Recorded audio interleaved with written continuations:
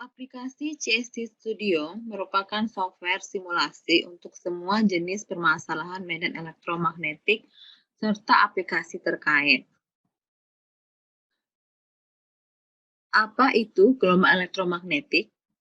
Gelombang elektromagnetik merupakan gelombang yang memancar tanpa media rambat dan membawa muatan energi listrik dan muatan energi magnet, atau yang dikenal dengan sebutan elektromagnetik. Bentuk gelombang elektromagnetik hampir sama dengan bentuk gelombang transversal pada umumnya.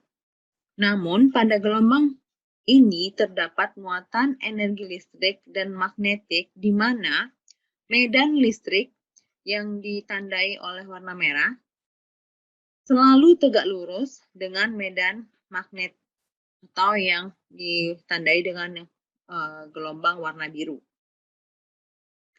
Dan arahnya, keduanya menuju ke arah yang sama, seperti yang terlihat pada gambar. Menurut hukum Faraday dan hukum Maxwell, bahwa perubahan medan listrik akan menyebabkan perubahan pada medan magnet. Demikian juga sebaliknya. Perubahan yang secara terus-menerus ini membawa suatu energi yang kemudian disebut dengan energi elektromagnetik.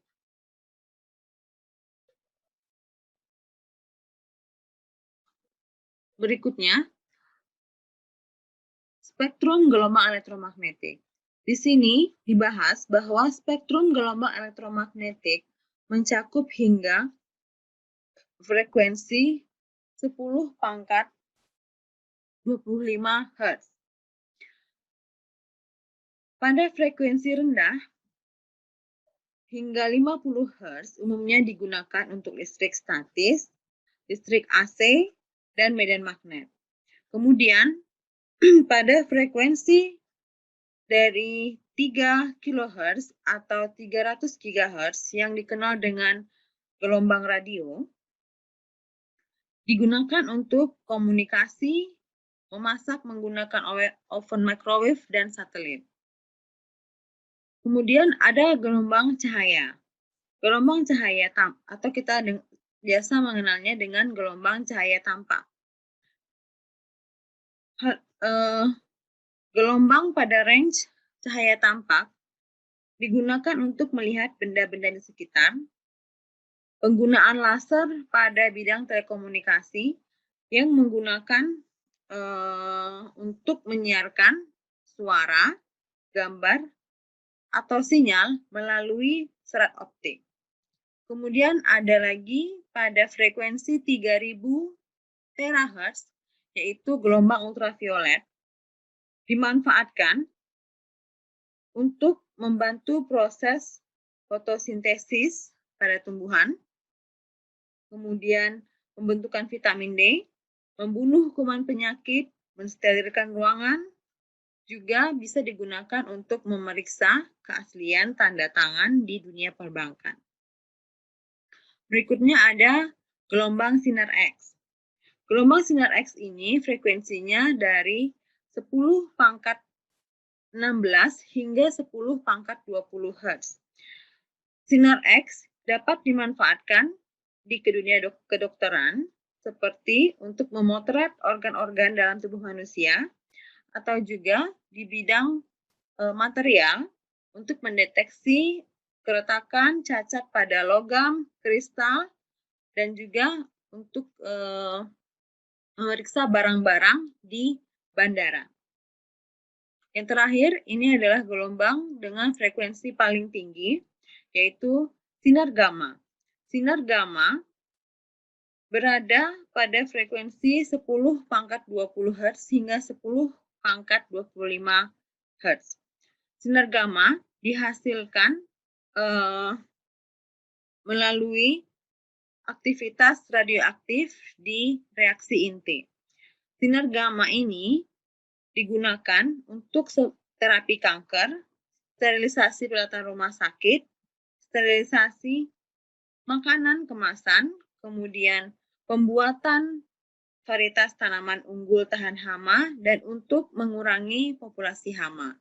Jadi banyak sekali aplikasi gelombang elektromagnetik dalam kehidupan kita sehari-hari. Apa saja persyaratan untuk menginstal GST Studio ini? Yang pertama, persyaratan dari software atau operating system. Jadi untuk komputer yang memiliki operating system Windows 7, Windows 2008, Windows 2012, Windows 10, Windows 2016, atau Windows 2019. Ini aplikasi ini dapat diinstal. Kemudian syarat hardware. Yang pertama, kompatibel CPU Intel Xeon. Kemudian OpenGL compatible graphics hardware atau 4 GB RAM, 8 GB sangat direkomendasikan. Kemudian harus memiliki free disk space atau memori minimal 30 GB. Berikutnya kita akan memulai proses instalasi. Pertama sekali kita akan mengekstrak file RAR yang telah kita download tadi.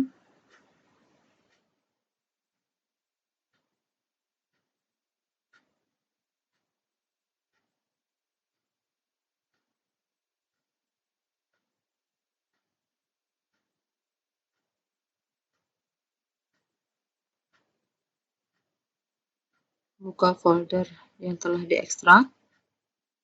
Klik pada aplikasi GST.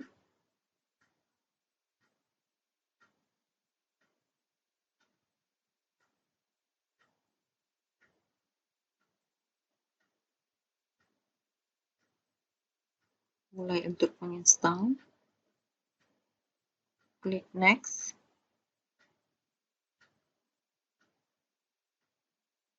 Next, next, install.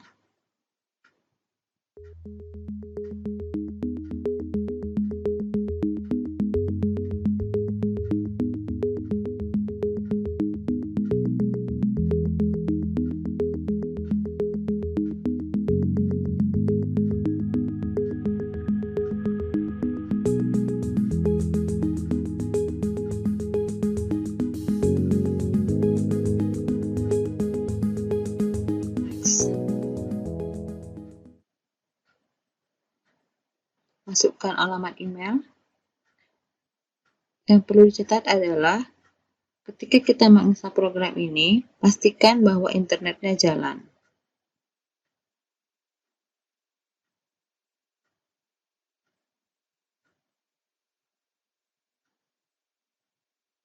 Oke, proses instalasi sudah selesai.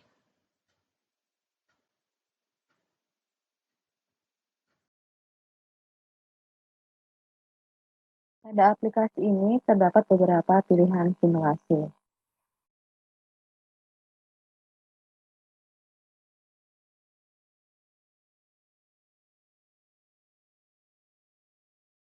Yaitu simulasi untuk low frekuensi atau elektromagnetik statis, kemudian simulasi untuk gelombang mikro atau gelombang radio dan gelombang optik, dan ada simulasi untuk electrical design automation atau untuk electronics, kemudian ada juga untuk electromagnetic compatibility, kemudian atau electromagnetic interference, kemudian ada juga aplikasi untuk mensimulasikan dinamika dari partikel. Jadi untuk statik atau low frekuensi ini ada beberapa pilihan seperti electromechanical device, kemudian untuk simulasi dari tegangan tinggi, melakukan desain dari magnet, kemudian untuk sensor, kemudian ada untuk electromagnetic compatibility shielding, dan ada juga untuk daya elektronik. Untuk microwave, ini ada pilihan untuk antena, sirkuit dan komponen, radar, juga untuk rancangan biomedis, dan aplikasi dan predict structure. Jadi yang akan sering kita gunakan pada mata kuliah ini adalah static frekuensi dan microwave and RF optical.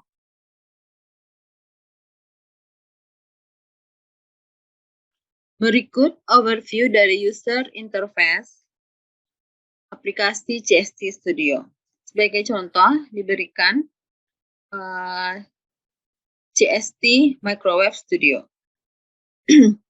Jadi di sini ada pilihan navigation tree, di mana navigation tree ini kita bisa melihat atau mengedit dari model yang kita buat, dan kemudian kita juga bisa melihat result, yaitu ada one dimension result, 2 dimensi dan 3 dimensi. Kemudian kita bisa banyak yang bisa dilihat di sini. Kemudian ada yang di atas, ini merupakan ribbon. Ribbon ini seperti ada pilihan home, modeling, simulasi, kemudian post processing, dan ada pilihan untuk view. Dan di sini ada, kita melihat namanya untitled, ini merupakan project yang sedang aktif. Kemudian di sini ada juga pilihan 3D dan skematik. Jika kita ingin melihat secara 3D dan kita ingin melihat secara skematik. Kemudian ada namanya di sini parameter list, dan ada namanya result navigator. Jadi di sini kita bisa melihat parameternya apa saja ketika kita mengklik di layar. Ini ada drawing plan. Jadi drawing plan nanti kita menggambar model di sini. Kemudian ada konteks menu. Kalau kita klik kanan, maka akan muncul konteks menu seperti ini. Dan di sini juga ada pilihan change the view. Ini untuk melakukan cara kita melihat atau mengganti tampilan. Misal kita ingin melakukan zoom atau ingin melakukan pan di sini, atau namanya merotasikan bidang gambar, kemudian kita bisa melihat untuk reset atau kembali ke tampilan semula. Di sini juga ada message progress, kalau misalnya ini sedang running, kemudian ada tampilan errornya seperti apa, atau tampilan bahwa program telah berhasil di running, di sini kita bisa melihatnya. Demikian.